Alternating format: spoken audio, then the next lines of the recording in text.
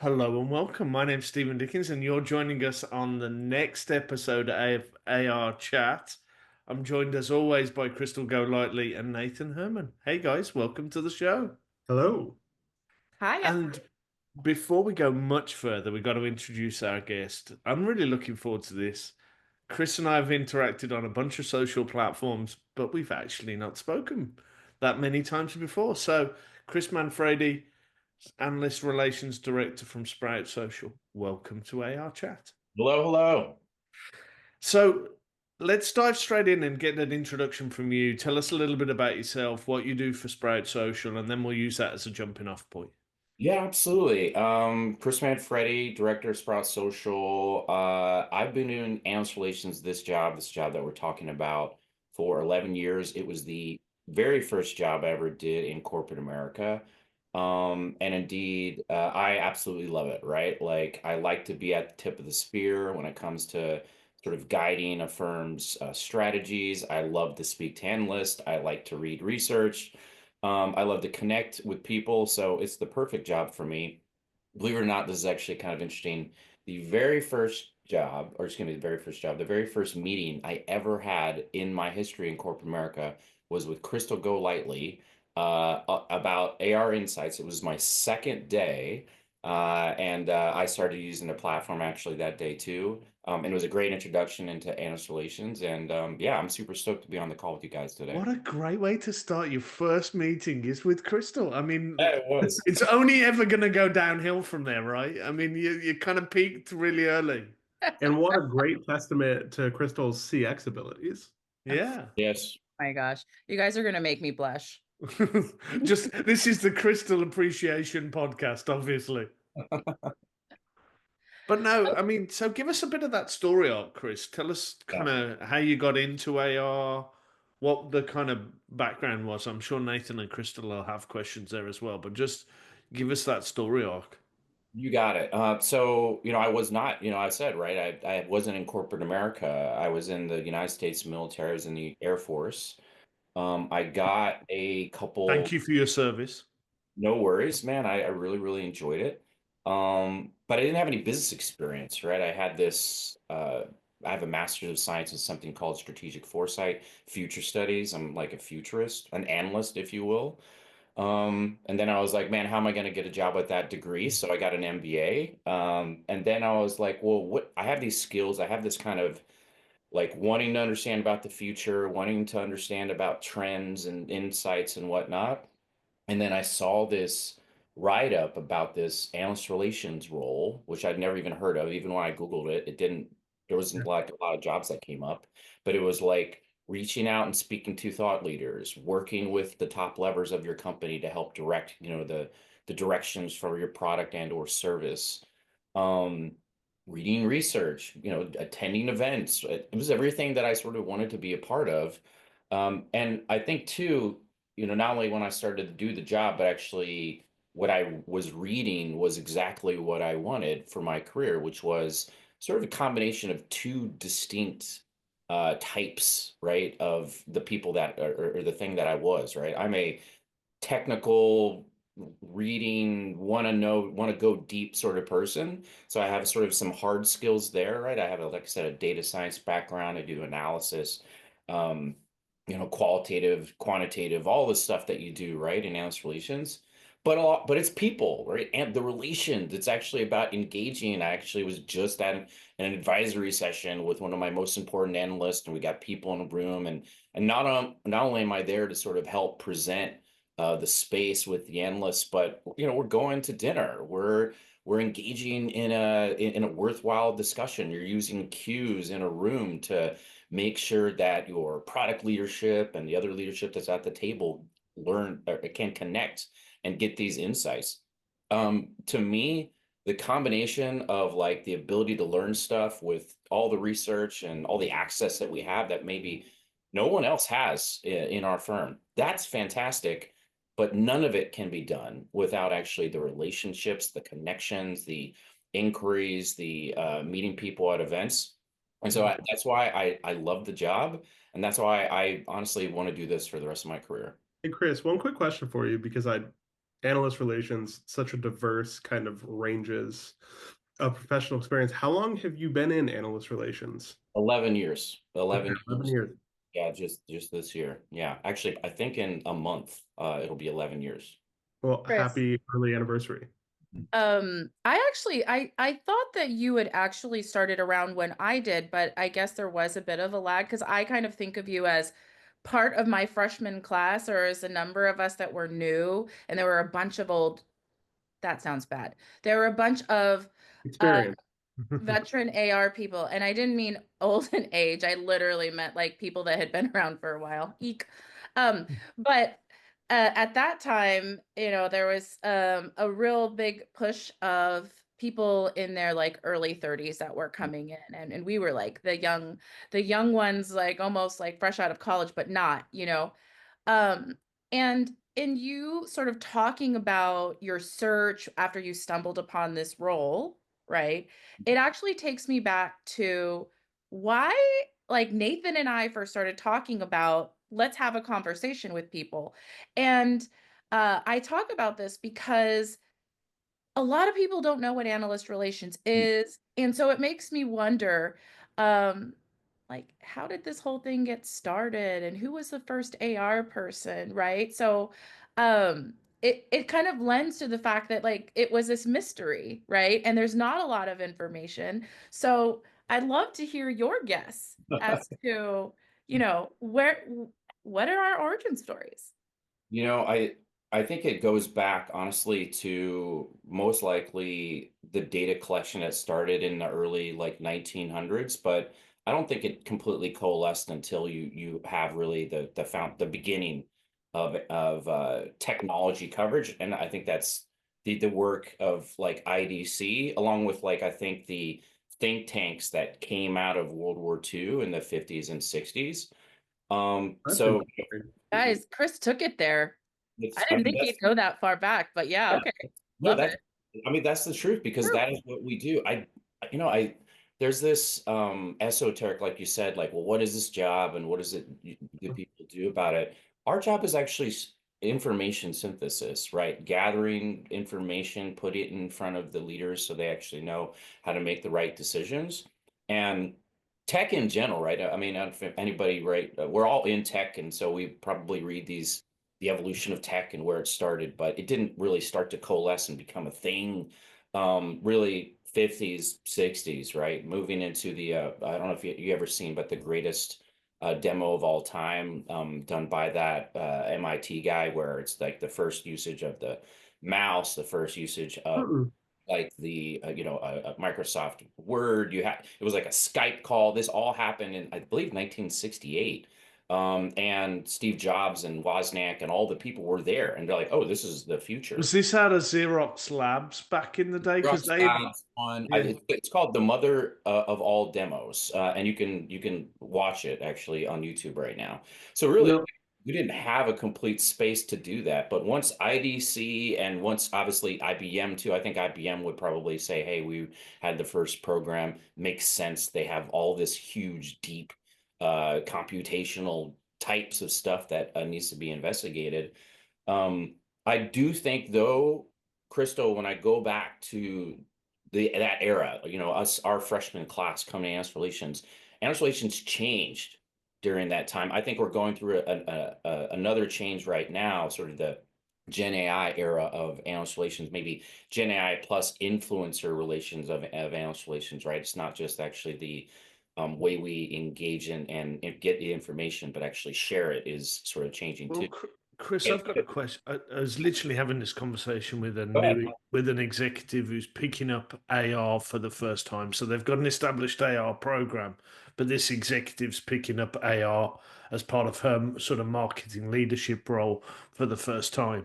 Probably try and get her on the show at some point. Cool. And she had a call with me. We've known each other for a while, and she was kind of like, "Well, how would you do AR?" And we ended up almost doing an advisory hour on how you would do AR, and I was just sharing my experience, and we got in because she's also got influencer relations Mhm. reporting into her, and she said, "How do you think about your role as an analyst versus an influencer, and I've kind of been coalescing around this. So I kind of want to ask you specifically with Sprout as well of Mm. where you sort of fit and how you sort of what your company does. Yes. So great So question. so the question is the rubric I'm using is knowledge plus reach equals eminence. So if Yes. you've got reach but no knowledge, that's still valuable. You can still get a message out, but you've not got that deep knowledge. The other side of that equation is you can have really deep knowledge but no reach. I think it's when you bring both together, and this is different, subtly different in my mind than influence. But I wanted to sort of double click on it of that I'm using knowledge plus reach equals eminence. How how do you see it? Obviously, from an analyst relations perspective, but also then specifically from the company that you work with, what operates in this space. No, absolutely. So we're going to put a pin in that because that's actually really important. But I want to go back to what I was saying before. I do think there's different eras of analyst relations. Hmm. When Crystal and I came on, this is 10 or, let's say 10 to 12 years ago. It was a new era for the analyst community, and analyst relations changed. So analyst relations before, little more adjacent to PR and communications, lots of sort of, I wouldn't say admin, but one distinct part that's always going to be there for any analyst relations person is the relationship management, connection, scheduling, making sure we have coffee, right? So those are kind of secure skills, but the output wasn't what we had and what we have in 2025. And that started to change as the firms changed around 10 or 12 years ago. Because 10 or 12 years ago, there was lots of M&A activity, an explosion of analyst research, blogs, webinars, events. The research itself within the ecosystems became highly segmented and broken down. The firms exploded. The influencer reach actually hadn't become a thing yet, right? But there was Yeah. more information than ever. There was more coverage than ever, which meant that analyst relations really required to have more of a technical knowledge-based skill, which is what you're talking about. So a lot of us had to figure out how to read all this stuff and catalog it and create content machines and all the rest. And so really the past 10 years, I think, has been, if you're going to be an analyst relations person, you want to be at the edge, your knowledge, right? The knowledge part you had to get better at.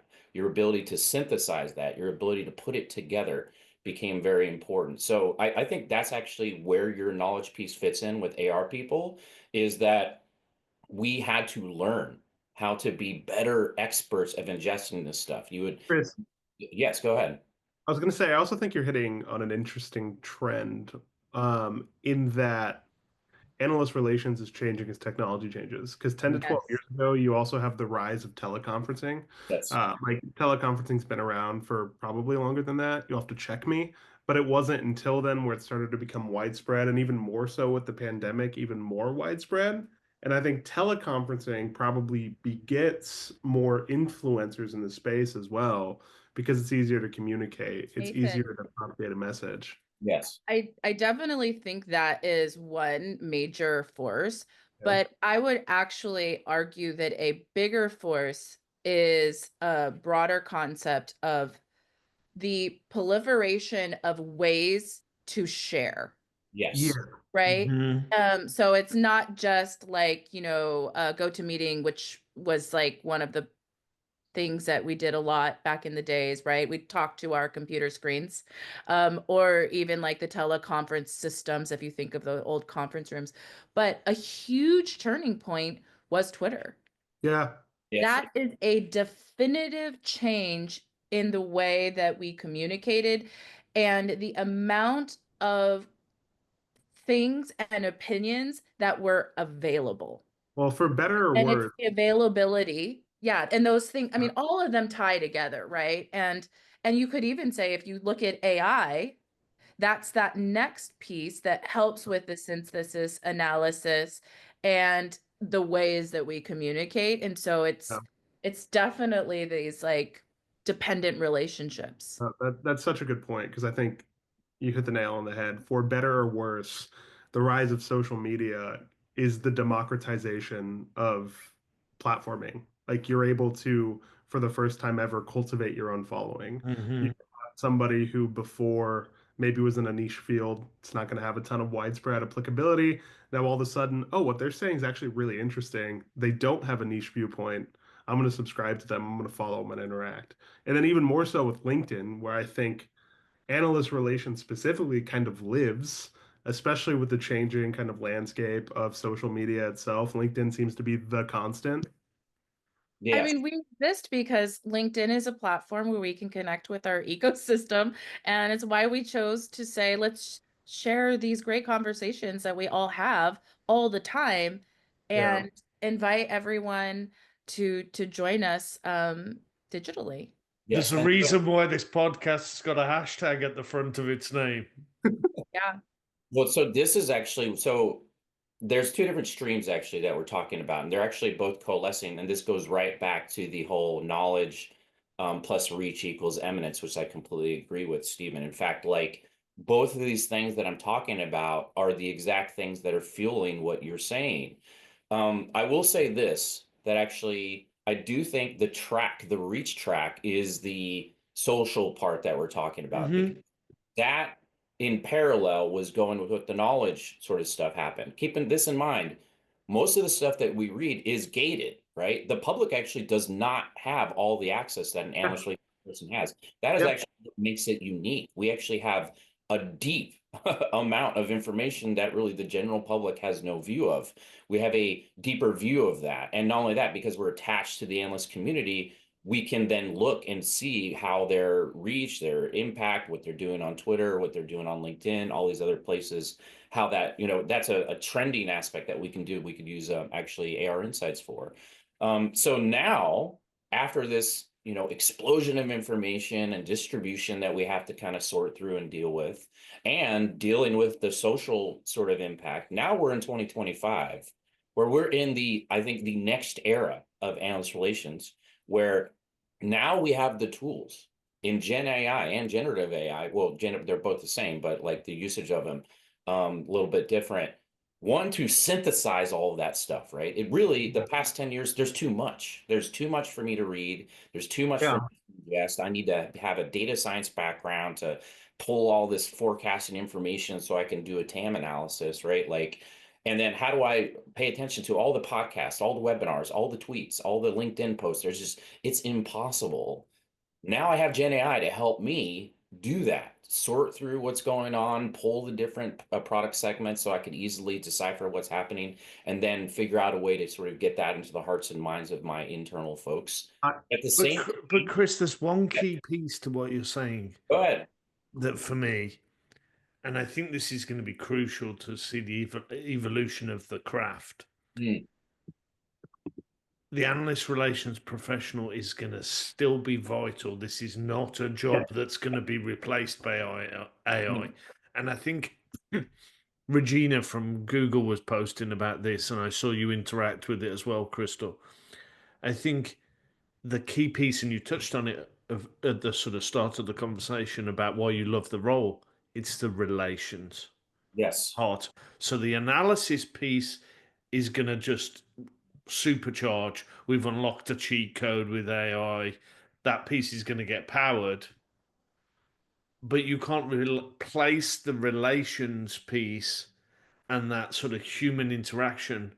You can speed Yeah. up part of the task, but you're still going to have human in the loop. And so that's the key And piece for me. Crystal, you look like you're going to I jump. know, I'm like jumping out of my skin. I can tell the I body language. I gotta tell you, Chris, one thing that you said that really was like, oh my God, it hit me over the head was like here in 2025, this has become so important, the synthesis and this knowledge that you all have a tremendous amount of access and power, right? To help enable good decisions so that the right things are getting made and changing the world, if you will. what kind of hit me over the head was, I think it was in 2013, between 2013 and 2015, there was a tremendous AR team at New Star. And I'm gonna do a little name dropping since we're name dropping. It was a gentleman named Schuyler Griggs, Heather Dahl, and Monique Blake. Two of those people aren't in AR anymore, but they presented at one of our user events, and they said, analyst relations is the most strategic and smartest part of your organization because they have access to the analysts who are looking backwards and forwards and the people that are doing the work today. And so, as AR professionals, it's our job to take this valuable information, make sure it gets to the right analysts, and take the analyst information and almost think of yourself as an internal lobbyist.